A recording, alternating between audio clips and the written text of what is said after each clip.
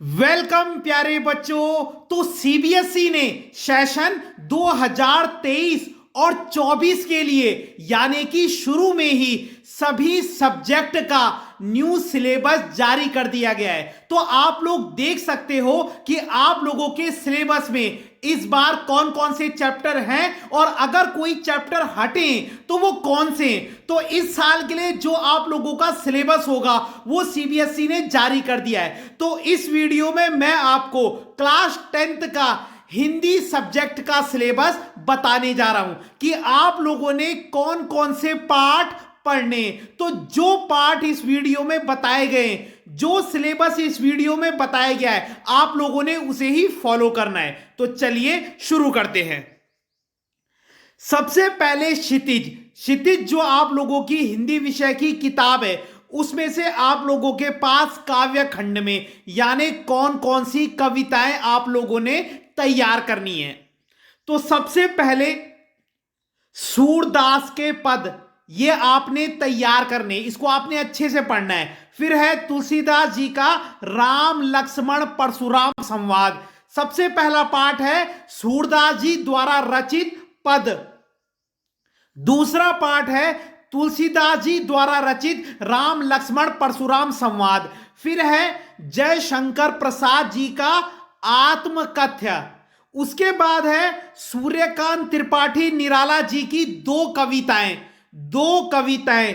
एक है उत्साह और दूसरी है अट नहीं रही है।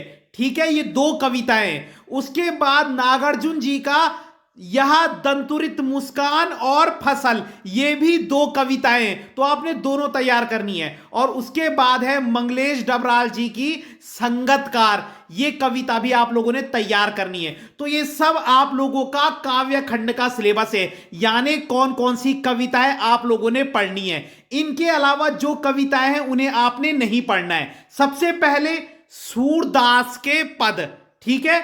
उसके बाद राम लक्ष्मण परशुराम संवाद। उसके बाद आत्मकथ्य। उसके बाद उत्साह और अट नहीं रही है, ये दो कविताएं। उसके बाद यह दंतुरित मुस्कान और फसल, ये भी दो कविताएं। और उसके बाद संगतकार। तो ये सब कविताएं आप लोगों ने तैयार करनी है। क्लियर हो गया। उसके बाद गद्य खंड में आप लोगों ने कौन कौन से पाठ पढ़ने। स्वयं प्रकाश जी का नेताजी का चश्मा। उसके बाद राम वृक्ष बैनीपुरी जी का बाल गोविंद भगत। उसके बाद यशपाल जी का लखनवी अंदाज। उसके बाद मन्नू भंडारी जी का एक कहानी यह भी। उसके बाद यतीन्द्र मिश्र जी का नौबत खाने में इबादत। और उसके बाद भदंत आनंद जी का संस्कृति। तो ये सारे पाठ भी आप लोगों ने तैयार करने, ये गद्य खंड के। नेताजी का चश्मा, उसके बाद बाल गोविंद भगत, लखनवी अंदाज, एक कहानी यह भी, नौबत खाने में इबादत और संस्कृति। तो ये सारे पाठ आपने तैयार करने। ऊपर वाली तो सब ये क्या है, ये तो हो गई कविताएं काव्य खंड की, और यह है गद्य खंड के पाठ। तो यही आपने तैयार करने। उसके बाद कृतिका से आप लोगों के पास किताब में 5 पार्ट है, लेकिन आपने 3 ही तैयार करने। पहला शिव पूजन सहाय जी का माता का अंचल। उसके बाद मधु कांकरिया जी का साना साना हाथ जोड़ी। और उसके बाद अज्ञे जी का मैं क्यों लिखता हूं। ये 3 पार्ट आप लोगों ने तैयार करने। इसके अलावा जो 2 पार्ट है वो आपने तैयार नहीं करने। ये कृतिका का सिलेबस है। उसके बाद व्याकरण से आप लोगों ने 4 टॉपिक तैयार करने। ढंग से समझिए, व्याकरण से, ग्रामर से आप लोगों ने 4 टॉपिक तैयार करने। पहला है वाक्य के भेद रचना के आधार पर। 9th में आपने पढ़े थे अर्थ के आधार पर, अब है वाक्य भेद रचना के आधार पर। उसके बाद वाच्य, उसके बाद पद परिचय, और उसके बाद अलंकार। और कौन कौन से अलंकार, श्लेष, उत्प्रेक्षा, अतिशयोक्ति और मानवीकरण। बस ये 4 अलंकार आप लोगों ने पढ़ने। क्लियर हो गया। तो ये व्याकरण से 4 टॉपिक तैयार करने, वाक्य के भेद, वाच्य, पद परिचय और अलंकार। क्लियर हो गया। उसके बाद लेखन, राइटिंग पोर्शन से आप लोगों ने क्या क्या तैयार करना है। सबसे पहले अनुच्छेद लेखन, पैराग्राफ राइटिंग। इसमें आप लोगों के पास 3 पैराग्राफ होंगे, आपको एक करना है एक टॉपिक पर।